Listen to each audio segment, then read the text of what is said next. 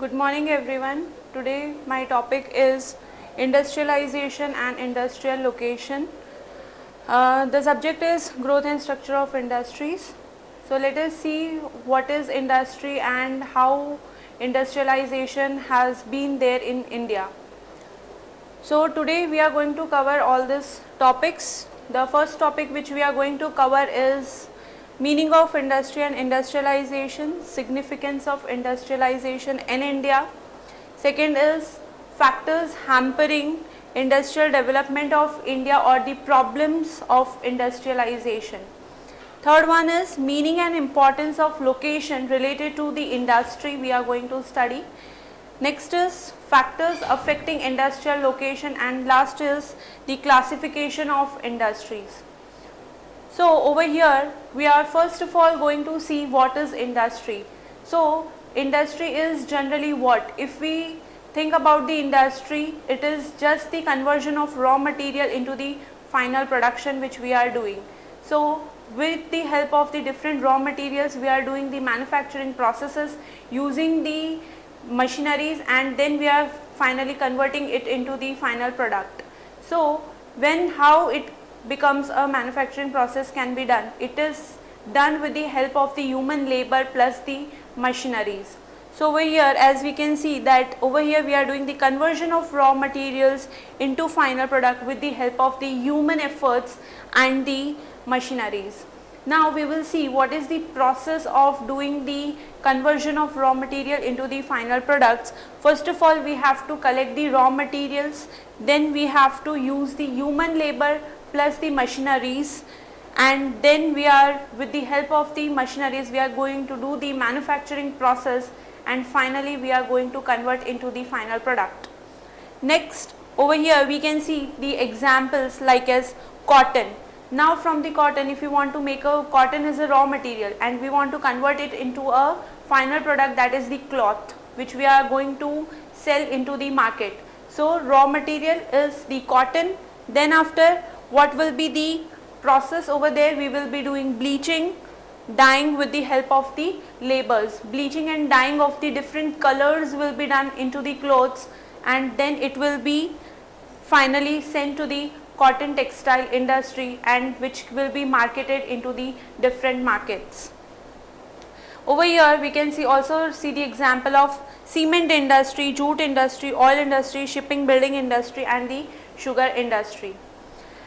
Next over here you can see some of the examples which we have done related to the cotton industry. We have used the cotton as a raw material, and then after we have exchanged them into and we have converted them into the final product. We have sent it to the cotton textile industry. So over here these are the examples. This is the raw material, the processing of bleaching and dyeing is done, and over here you can see the ready-made clothes which are sent by the cotton textile industry into the market. Next is the cotton gin. Over here we are going to see the process of, because we want the pure raw material. So into the cotton there are small seeds. So we want a fresh cotton so that cotton can be used as a raw material for producing the cloth, for doing the manufacturing processes. So now over here we will see that in this diagram you can see that this is a container for cotton balls. Over here the cottons are with the seeds. There are small seeds which are there into the cotton. Then after what will happen that with the help of the cylinders we are going to do the processing, and over here you can see that these small seeds are there. So over here it brushes up the seeds, and over here there is a container for clean cotton. So in this container of clean cotton we are going to get the fresh cotton for the further manufacturing process of the cotton cloth. Next is you can see that over here there is a lady who is working with the charkha. She is using the different basic materials and the machineries for producing the clothes. So over here this is a spinning and weaving of the cotton which is used for the textile industries. Next is over here you can see the large and the big containers, big machineries are there with the help of these machineries and the containers, we are doing the bleaching of the cotton. Next is the dyeing with the colors. There are different colors can be used, red, green, purple and yellow, and many different other colors can be used, and with the help of that we are going to do the dyeing of the cotton, and which will be sent to the textile industry. Next is, so over here we are going to use the cotton. With the help of the different machineries, we have done the processing with the raw material. Our raw material is cotton. In that cotton we are having the small seeds. So we have brushed it up, and we are using the clean cotton for the further processing. So over here you can see that the people are using the basic machinery, that is charkha. With the help of that charkha they are doing the processing, and over here it is also called as a cottage industry. Cottage and small scale industries, like as we can give the example of khadi industry. In Gujarat, the people of Kutch and other industries, they are using the charkha, and with the help of the charkha they are manufacturing the clothes.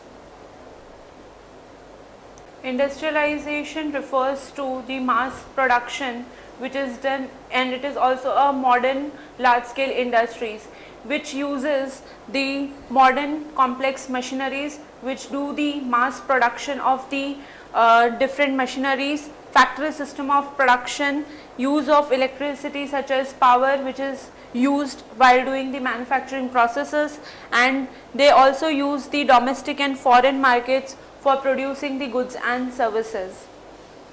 Now, why industrialization in India? What are the benefits? Why we are doing the industrialization in India? Earlier, if we go into the past, we can see that the industry they were just using the basic raw materials, basic machineries. It was very much time consuming, and also we were having less production per units. So with the industrialization, with industrial revolution, there has been a fast growing, and there is a fast growth into the national income, per capita income of India. So we will see over here that why industrialization is required in India for the faster growth rate. Now over here we can see that it is a substitute for agricultural product. We are using the raw materials from the agriculture. We take the help of the farmers for doing the production.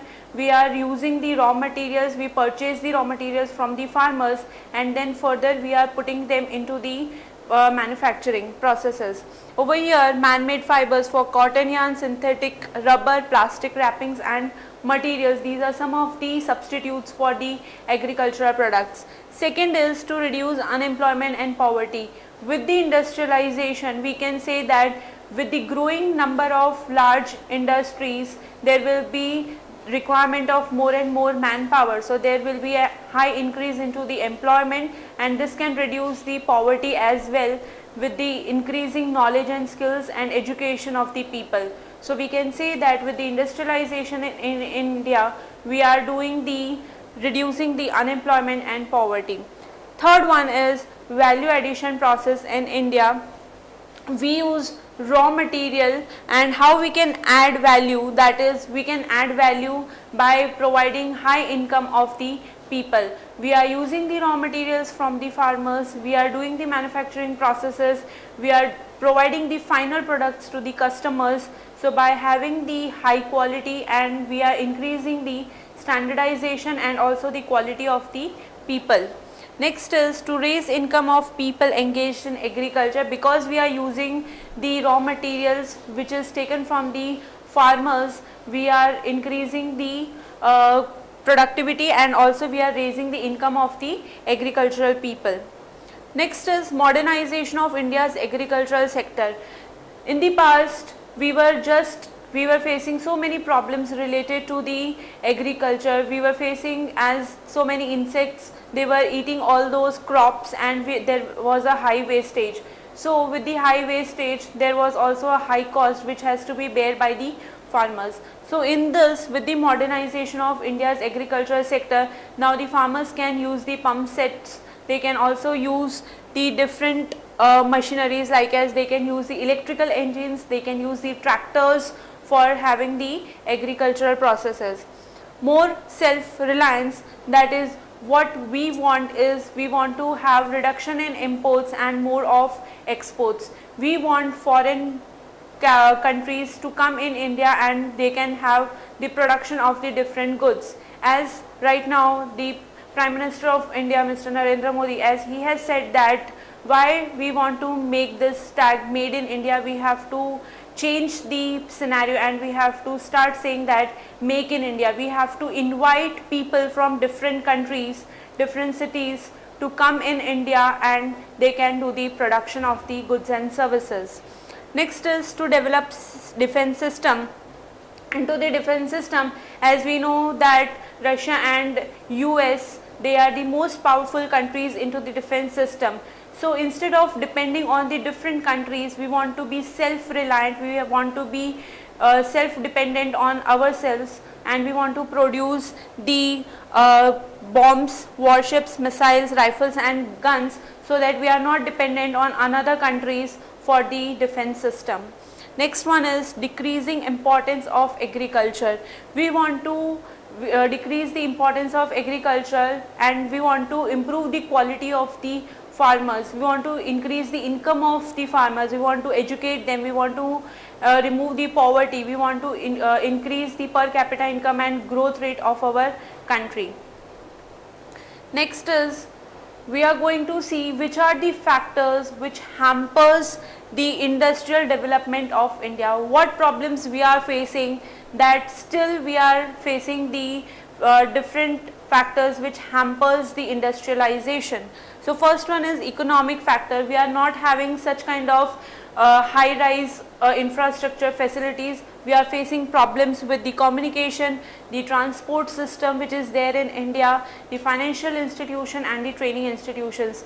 We want more good financial institutions which can provide the economic benefits to our country. We want to develop more training institutes so that we can educate, we can develop the skilled people in our country and we can have the faster industrialization. Next one is lack of power. With the problem of the electricity, though we are having large scale industries, we are having large scale machineries, but due to lack of power, with the problem of the electricity, we are facing the breakdown into the machineries, we are facing the breakdown into the production processes. Next is socio-demographic environment. With the increasing growth rate of the population, we are also facing some other factors which affects the industrialization process in India. We can see that if population is more, it will lead to low per capita income because there will be a problem of unemployment. So there will be low income. If there is low income, then we are going to face the problem of low rate of saving. If people are not having that much of high income, then what they will spend on their daily basis, basic requirements, and what they will save. So if there is low income, there will be low rate of saving. If there is low rate of saving, then what problem we are going to face is the second is the low rate of investment. If people are not having the income, they are not having the money, if they are facing with the economic problems, then there will be low rate of investments and this will lead to poverty. Another thing which leads to the socio-demographic industrialization process is that we are facing the problem with the different caste, religion and community. So over here we can see that there is a hindrance to the entrepreneurs. Why there is a hindrance to entrepreneurs? Because there is a belief that everything is decided in advance. So over here we want to train the people, we want skilled people and we want to give more training so that we can develop more and more entrepreneurs in India who can start up their own business, they can set up more and more industries in India so that there will be an industrialization. Next is we will see the mentality on life is influenced by fatalism, theory of karma, that is deeds of the past life. Into this, it is believed that everything is pre-decided and we cannot change them. So with this belief, people are not moving ahead, they are not developing themselves, and with this mentality we are facing the problem into the industrialization. Next is public administrative machinery. Now what is this? Over here we can see that in India there are so many people, the population is too much, but we are not having that much of skilled people. We are not having that kind of people who can take the decisions. They are lacking into the decision making skills. We want to develop them so that they can manage the company, they can set up the industry, and they can have the faster decision making process. Next is in the international environment, with the different problems which we are facing in India, so it is becoming and hampering the industrialization process. With the hamper, what is the thing is that the foreign countries are making some restrictions so that they can't have the import and exports with India. So over here also we have to build an image so that the foreign countries come in India and make some investments. We want some efficient and more efficiency level and more capacity so that we can have the good industrialization process. Industries are classified into three types. The first one is nature, the second one is ownership, and third one is size. Into the nature, we are seeing there are three types again: capital goods, producing goods, and consumption goods. Capital goods, which are having some investments, we are using the different technology and high machineries. Second is producing goods, either they are manufactured and they are not the final products. Consumption goods, again it is divided into two, that is the perishable and non-perishable goods. Durable goods, that are the perishable one, we can give the example of TV, refrigerator, and washing machines. Second one is the perishable goods, like as the bread, milk, vegetables. These are the perishable goods which cannot be consumed again and again. The second type is the ownership. It is divided into two: the private sector, public sector, and the joint sector. Private sector, which is again wholly, it is started with the help of the partners. The public, which is into the hands of the government, and the joint sector. Third one is, it is based on the size. We are having three different types, that is the small scale industries, medium scale industry, and the large scale industry. Into the small scale industry, the investment is required up to 3 crores, that is the small scale industry. Into the medium scale, investment from rupees 3 crore to 100 crores, it is a medium scale, and more than 100 crores, it is having an unlimited investment, that is called as a large scale industry. The second is industrial location. What is a location? Industrial location can also be called as the facility location or a plant location. Location is something very much important for the industry and the industrialization process. We want to select a particular location where we can get the high efficiency and effectiveness. Like as we can see that is a place where a factory, warehouse, and office can be set up, or some business enterprise can be built. Next is selection of a location depends on the different types of business, and the third one is what is our objective is to increase the efficiency and effectiveness of the minimizing the operating cost and maximum revenues. We want to reduce the operating cost and we want to increase the revenues. Next is, these are the different reasons for doing the plant location, for selecting a different location for the industries. For starting up the new industry, as we have discussed that if you want to start up a new industry, you are going to look for a new location. Introduction of new product or service, that is already an industry or company who is set up, we want to select the another location if the business is expanding. Third one is insufficient capacity, changes in technology, mergers, changes in input resources, geographical demand may occur, and the government policies. With these different reasons, we are going to change the location. Next is importance of location decision, that is we want to decrease the operating cost and we want to increase the revenue. So accordingly we are going to search for the location. Next is the location affect the operating costs such as production and distribution costs. Operating cost involves the two costs, production and distribution. The producing cost and distribution of the final products to the different markets is also included. in service, it affects the demand and effectiveness of the entire operation.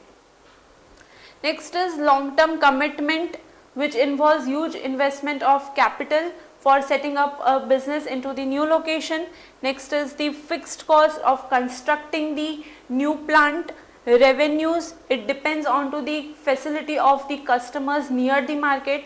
Into the near market, you will select such kind of location where you can get the good customers into the nearby market. Into the nearby market, you can get the raw materials, you can get the transportation facilities, you can get the laborers. And next one is the variable cost. Variable cost, it also includes the cost of labor, material, which depends on to the location. If you move and if you change the location, it will keep on changing the cost, and which is included into the variable one. Next is, which are the factors which affects the industrial location, that is the land and raw material. For different kind of industries, you have to select different kind of land. So over here we can see that land includes water, forest, wealth, rivers, coastline, wind, etc. So we have to take a land on rent or for a permanent one. There can be changes into the climate and transportation. So over here we can see that for a textile industry, a moist climate is required. So over there we are going to select the location for Mumbai. Next will be, if we want to enter into the fishing industry, then we have to select a coastline area. If we are into the paper industry, then we have to select an area where we can get the bamboo trees. Next is the labor. We want different kind of labor, that is the skilled, semi-skilled and unskilled laborers, and the labor union who can work for the welfare of the laborers. Next one is the rate of wages, which we are going to give as per the different location. Different rate of wages are there, which has to be given to the laborers. Next is the capital and finance. We want to select such kind of location where we into the near market we can get the banks. The rate of interest is less and relation with bank is also a good one. Next is proximity of markets, that is we want to get the raw materials into the near market. Availability of transport, that is water, rail and road. For example, steel plant at Visakhapatnam. Next is the power, coal for iron and steel, electricity at reasonable rates. So we want to select such kind of location where the rate of electricity and power is less. Other sources will be water, wind and the solar. For other things, we have to look upon to the infrastructural facilities, historical factors, entrepreneurship, strategic decisions and considerations, and the government policy for selecting for a particular location. Thank you.